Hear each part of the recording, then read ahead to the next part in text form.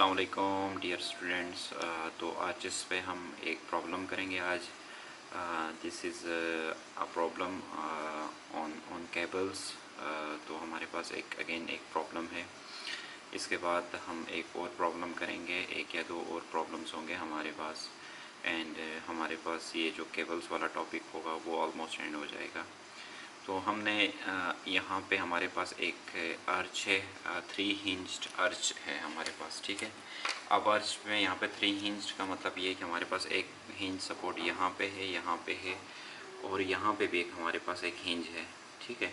तो ये इसीलिए इसको कहा गया है 3 हिंज्ड अर्च, ठीक है। यहाँ पे लोडिंग हमें दिखाई गई है, डिफरेंट पॉइंट्स पे जो लोडिंग हमारे पास है यहाँ पे, ये भी यहाँ पे शो की गई है और डायमेंशंस वगैरह, लेंथ और सारी चीज़ें यहाँ पे मेंशन है।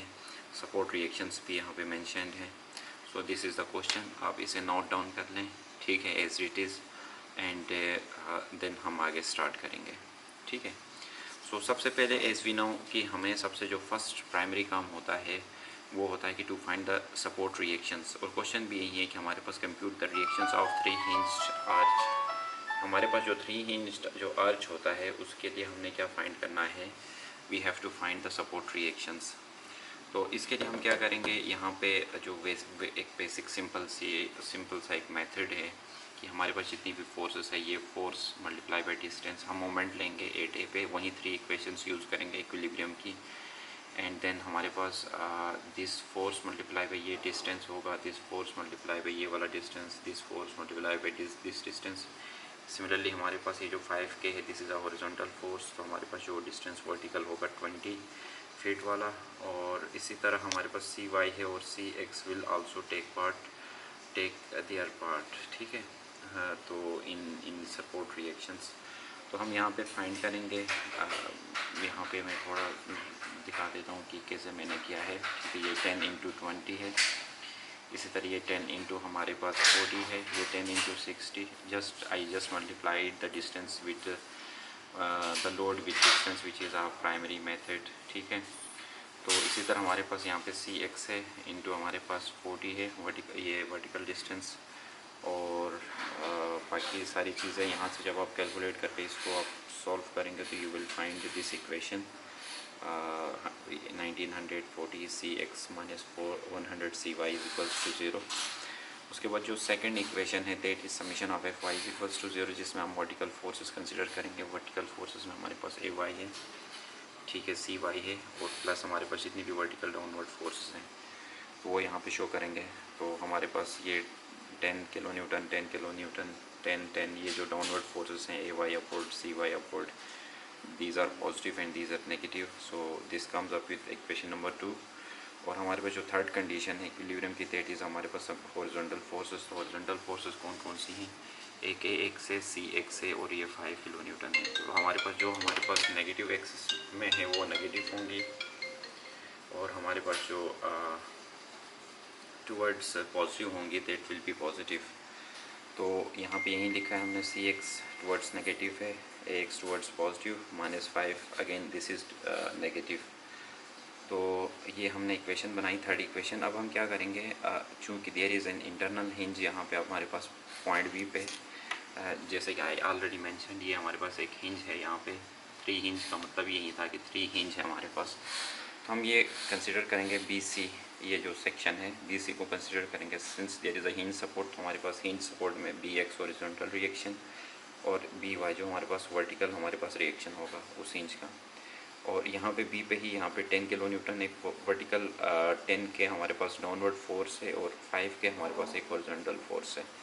तो again we will be doing the same thing. हम सपोर्ट पॉइंट B पे हम क्या करेंगे, मोमेंट लेंगे।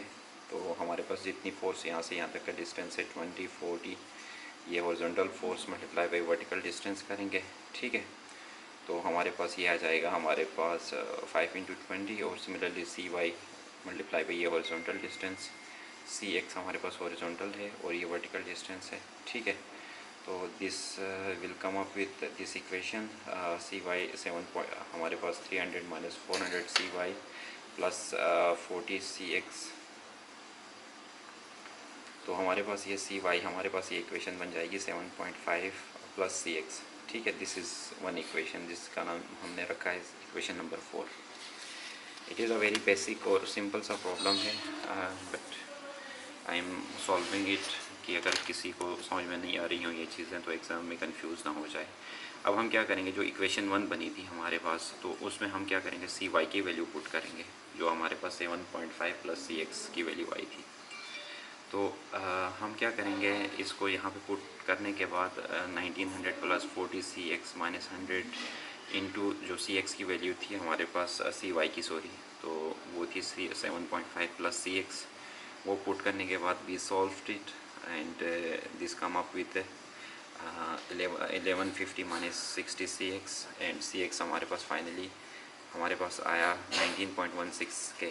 ठीक है, अब इफ़ यू नोटिस हमारे पास जो सी वाई की इक्वेशन बन गई थी ये वाली, वो क्या थी, 7.5 प्लस सी एक्स सी वाई की वैल्यू, जो जिसे हमने इक्वेशन नंबर 4 नाम दिया था।